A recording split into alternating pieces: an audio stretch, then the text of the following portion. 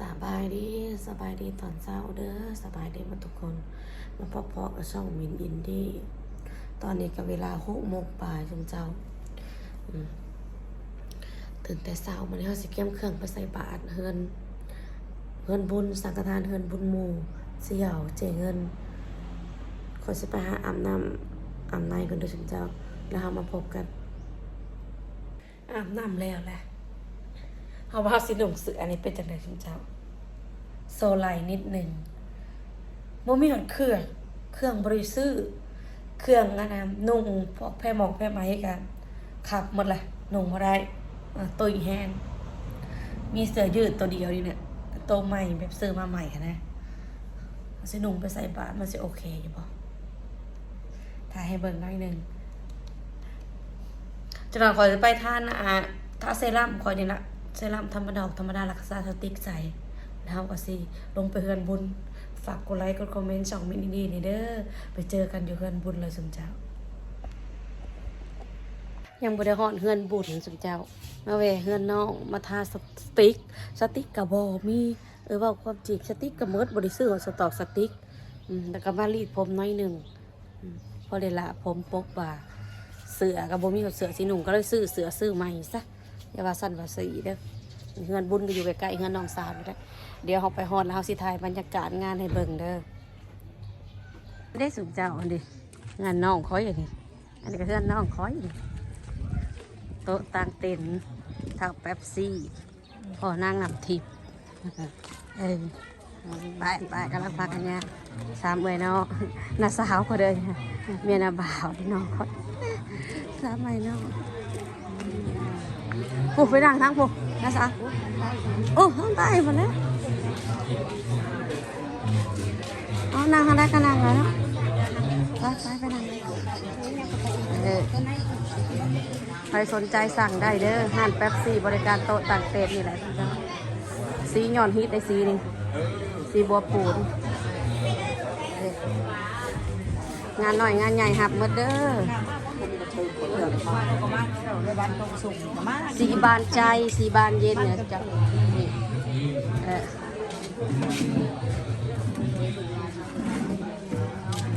ยินดีบริการอันนี้แจ็คโต๊ะอันนี้ค่ะ30บอก2 4 5 15 20โต๊ะประมาณ20โต๊ะสุดจับ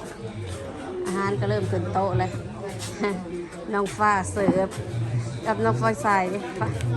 น้องพลอยเสิร์ฟลูกเสิร์ฟเดี๋ยวนะถ่ายบรรยากาศอยู่ลุ่มในเบิ่งอยู่เทิงนะคอยบริขึ้นบัดเขาขึ้นเราก็จะถ่ายเบิ่งแล้วสุดเจ้าเด้อสีหย่อนฮิตในสีนี่ได้ใครอยากสั่งก็สั่งได้เด้อเอาไปเอาเขาใส่บาตรมีเขาอันนั้นผ่าโบศพโตศพต่างมีขายมาเด้อสุดเด้อมีให้เศร้าแล้วก็ขายพร้อมแถมผู้ใดอยากเศร้าก็เศร้าผู้ใดอยากซื้อก็ซื้อมีให้ขายเอามาขายพร้อมโตต่างเต็นท์มีขายหมดเดี๋ยวเขาสิย่างไปล้างบ้านนะสุดเจ้าเด้อย่างไปล้างบ้านล้างแม่ครัวเฮ็ดกินเดี๋ยวเขาสิถ่ายบรรยากาศให้เบิ่งนี้มันปลูกหาต้นหมากต้นนะสลอกสลีอ้อมเมิดเฮือนแล้วก็นี่ถังน้ำบริถังเบียร์ว้านี่ขากะลิเกตนี่เห็นจนนี่ขาดน้ำก้อนมาตะวันดิเด้แม่ระเบียงมาตะวันนี่เนาะสุดเจ้าหัวเสือมาเดิมไฟอยากเด้อพอดีข่อยไข่ให้เบิ่งเขาเห็ดเป็นนี่เขาเสียได้น้ำก้อนได้นี่น้ำก้อนเอามาตะวันนี่ดิเห็นรถน้ำก้อนมาตะวันนี่ค่ะกระดอยาโคห้างกันมาปะเดี๋ยวขอสีนะพาย่างไปหลังบ้านไปถ่ายบรรยากาศหลังบ้านเบิ่งเลยไปนี่สิพาไปรอเบิ่งบรรยากาศตอนใส่บาตรนะลมมาเนี่ยใครอยู่กี่ดิอันนี้เราเห็นอึ้งตึ๊บอยู่บ่ไว้ได้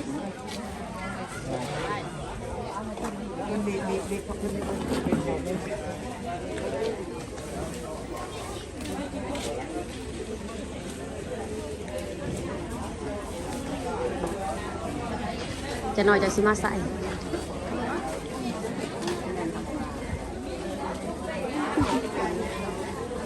บ่เห็นเจนางเนาะ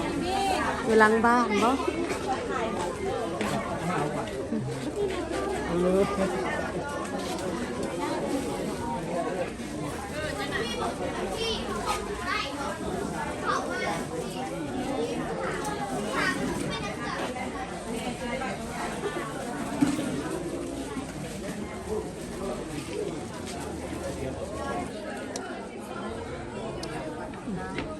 มีฉันกระแสบน้ำหนาลาวที่ตัวนี้เนาะเบิกน้ำหนาเอาแดงๆซ้ำๆเก็บ แม่มือเช้าพอดันต้องถือกับไปส่งหลาน ปุ้นขับปุ้นซิมขับปุ้น รถใหญ่ไปส่ง ซิม ห ขั ลา บ น ปุ้น ของแม่เขาไปหกกลางมาเนี่ย กั้นอะไร อยู่ช่องเขาแล้วมือแรกมาจน ขาดหวานต้องใส่น้ำตาลเอาหัวมาเลย อยู่คนละส่วนนั่นคือโทรหากันถึงเห็นแล้วคือเขาอยู่หลังบ้านแล้วเขาอยู่ในเพื่อนแล้วคือเขานอนนั่นบางทีตัดอยู่ในเพื่อนแล้วก็หาถือหลานถือนี่หลังบ้านเลย ซิมขับปุ้นขับปุ้นเงินบุญ อยู่ดีอยู่เฮง เห็นเลยเลยค่ะ ที่บ้านนี่ของน้าพ่อลูก แซ่บบ่ ในบ้านนั้นมันเคยเที่ยวเมื่อหาพี่น้องอยู่ไกลเดือนเขาโซเล่ได้ใครลงส่ง เป็นบริยอมผมเต็งคือย่อมบริยอมกับโยมทำกันนี่แหละ ซิมคำแรก เสิร์ฟยังเขาเสิร์ฟอยู่ตรงไกลๆตรงไกลๆ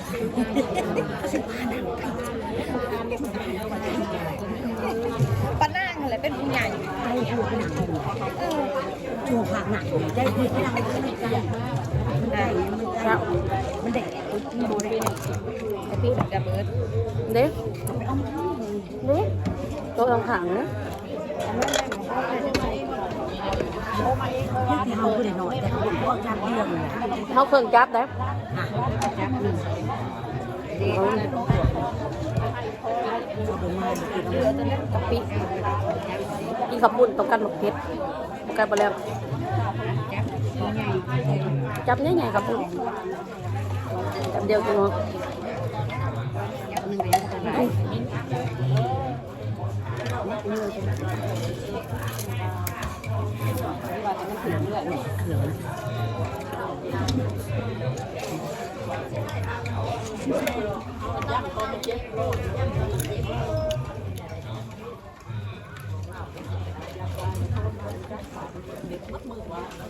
การมองเพชร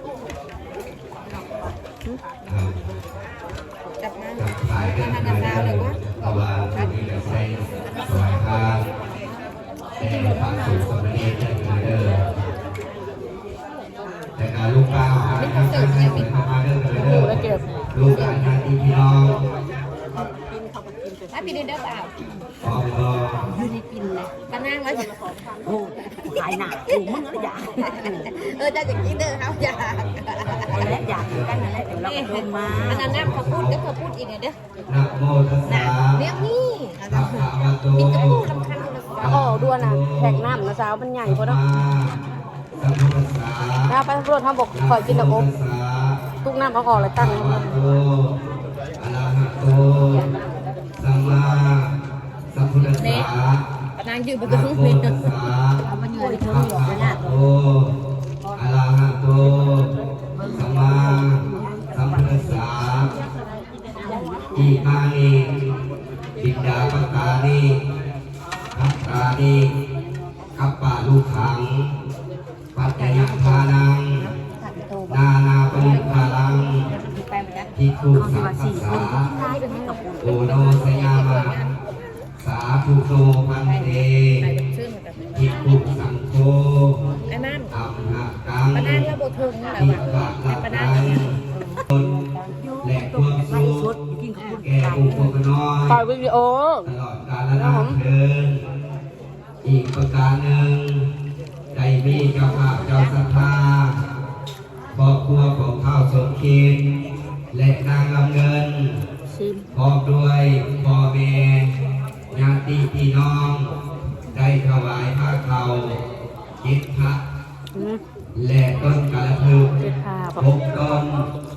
ต้นที่หนึ่งขอที่เป็นดวงวิญญาณของพ่อเฒ่าอินคำแม่เฒ่าคำตา เป็นจำนวนเงิน100,000 กีบต้นที่สองผู้ที่เป็นดวงวิญญาณของนางบัวคำแสงพระจันทร์เป็นจำนวนเงิน100,000 กีบต้นที่สามผู้ที่ถึงดวงวิญญาณของท้าววาสนาเป็นจำนวนเงิน60,000 กีบต้นที่สี่ผู้ที่เป็นดวงวิญญาณของนางผู้ใสเป็นจำนวนเงิน60,000 กีบต้นที่ห้าผู้ที่เป็นดวงวิญญาณของท้าวบุญมีหรือว่าลุงนัวเป็นจำนวนเงิน60,000 กีบต้นที่หกผู้ที่เป็นดวงวิญญาณของเจ้ากรรมนายเวรเป็นจำนวนเงิน60,000 กีบขอให้ไล่ซื้อดังกล่าวนี้จงมาหอมหักจับเอาด้วยเถิด บริตีคอ ต่อมาข้าน้อยครอบครัว มีคอกบ่ เสียงทราย และนางเพชรสมรได้สร้างต้นกระพึก3 ต้น ต้นที่หนึ่งอุทิศถึงดวงวิญญาณของพ่อเฒ่าอินคำแม่เฒ่าคำตา เป็นจำนวนเงิน60,000 กีบต้นที่สองอุทิศถึงดวงวิญญาณท้าววาสนาและท้าวเอน้อย เป็นจำนวนเงิน60,000 กีบต้นที่สามอุทิศถึงดวงวิญญาณของพ่อเฒ่าได้สร้างต้นกระพึก4 ต้นต้นที่หนึ่งอุทิศถึงดวงวิญญาณพ่อนนท์และแม่ไล่แก้วเป็นจำนวนเงิน50,000 กีบต้นที่สองอุทิศถึงดวงวิญญาณพ่อเฒ่าเคียนแม่เฒ่า เลิกแล้ว แม่เฒ่ามอกเป็นจำนวนเงิน50,000 กีบต้นที่สามอุทิศถึงดวงวิญญาณของลูกสาว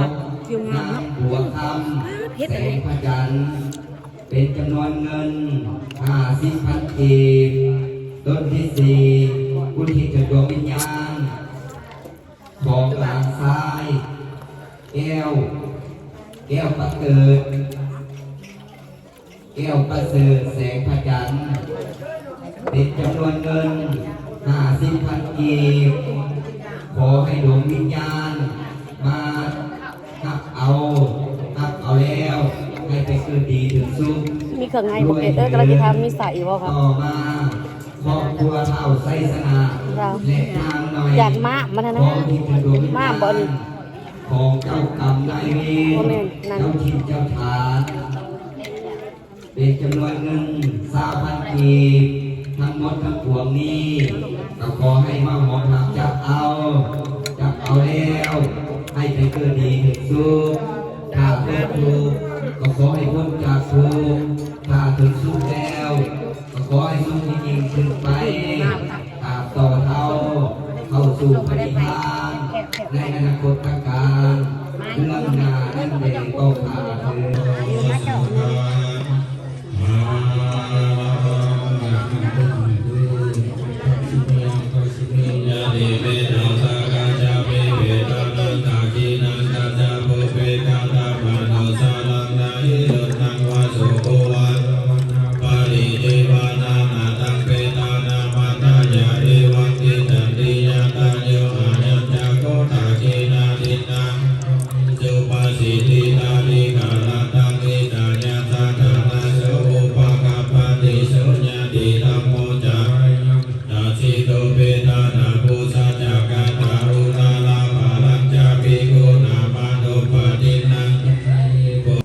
กินจนอิ่มจนเจ้าลืมทายให้เบิ่งว่ามีอย่างในอาหารจนลืมข้าวปุ้นแล้วก็มียำสลัดแล้วก็มีอบมีลาบเด้อเจ้าเด้อของหวานเฮาก็หมักหมูถ่ายให้เบิ่งตำราเนี่ย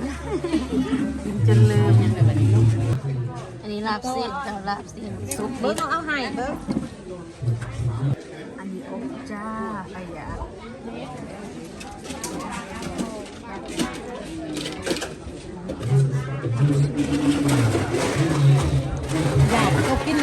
เขามาแซ่กิน เอ เลย อเขามาใส่ให้กินได้กินรสได้ทุกอย่างนะญาติเขา ได้ได้เพราะว่าเขาสิเมื่อซ้ายเดียวกันเลยเขาสิเมื่อซ้ายเดียวกันเลยขามูเลยนะเลย มาแล้วกูนะจ้ะ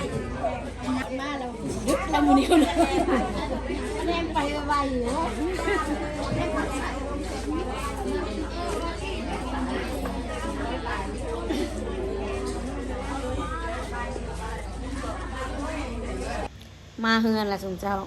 มาเฮือนนี่มาเอาอะนะพวกขันพวกโอพวกติบข้าวมาเมียนจะหน่อยเขาเปลี่ยนเครื่องเดี๋ยวเขาสไปต่อไปฟ้อนลำวงไปกินเบียร์จ้า ฝากกดไลค์กดแชร์กดคอมเมนต์ช่องมิดอินดี้เด้อจะหน่อยไปต่อมาเปลี่ยนเครื่องเดี๋ยวไปต่อจ้ะ